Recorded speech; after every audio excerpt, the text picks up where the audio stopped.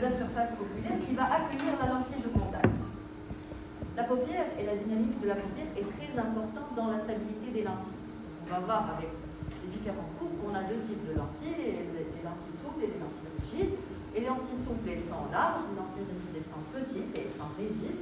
Donc généralement, s'il y a un clignement, les paupières peuvent en effet donc mobiliser ces lentilles-là. Et c'est très important d'avoir une idée sur le fonctionnement des paupières, sur l'anatomie de votre paupière, pour pouvoir justement changer les paramètres de votre lentille.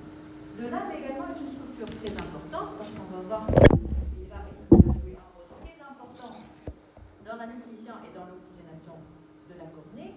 Ça va jouer également un rôle très important dans la cicatrisation. Et par conséquent, il faut savoir préserver cette structure-là lors du port de lentille de contact pour justement ne pas avoir de complications par la suite. Donc on va commencer par l'anatomie des paupières. C'est une lame cutanéo-musculeux-membraneuse, plusieurs structures cutanées, musculaires, membraneuses. Donc le rôle, c'est la protection mécanique, c'est l'hydratation. Donc si vous n'avez pas de bonne dynamique de votre paupière, on ne va pas avoir un bon étalement des larmes. Et si vous n'avez pas de bon étalement des larmes, ben vous allez avoir une intolérance pour votre lentille de contact. Drainage des larmes, c'est très important à l'expression lacrymale, la pénétration des lumières et bien évidemment le relationnel et la limite. Donc on va passer au vif du sujet. La région palpébrale, elle a deux limites. Donc une limite supérieure, c'est le sourcil, et une limite inférieure, c'est ce sillon palpébro-génien, donc qui va séparer cet espace-là de la région jugale et de la région zygomatique, si vous voulez.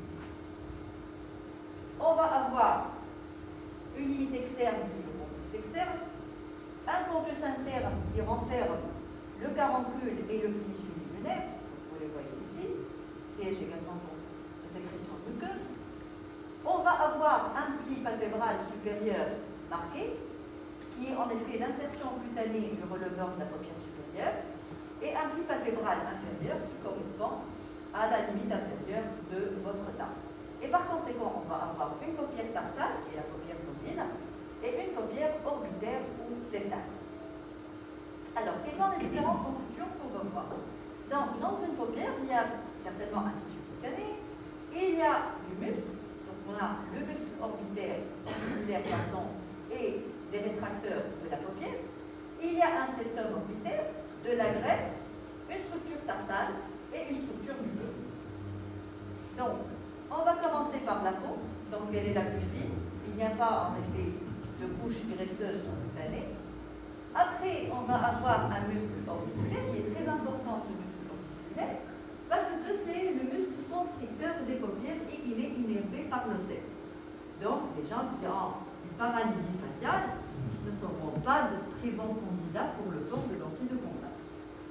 Alors, le muscle orbiculaire, il présente trois parties.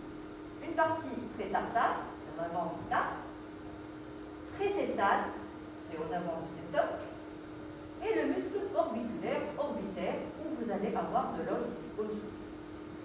Ça, c'est le muscle orbiculaire. Alors, le septum orbitaire, c'est ça. C'est ce qui va permettre de fermer l'ouverture de l'orbite osseuse. Donc, l'orbite osseuse, c'est une cavité. Dans la cavité, il y a un globe oculaire. Autour du globe oculaire, il y a de la graisse. Et donc, pour contenir cette graisse, il faut fermer avec cette structure fibreuse qui est le septum. Et donc, ce septum, en fait, il va séparer les tissus de l'extérieur des différentes logettes graisseuses. Donc, la graisse autour du globe, c'est en effet le rôle de l'amortissement.